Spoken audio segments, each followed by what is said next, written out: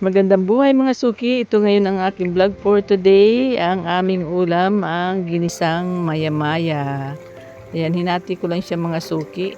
Ayan, ginisa ko. Pinirito ko muna siya bago ko siya ginisa. Ayan, nilagyan ko siya ng pitsay at sitaw para naman may gulay ang ating ginisa. Ayan, oh, malapit na siya maluto mga suki. Hintayin na lang natin.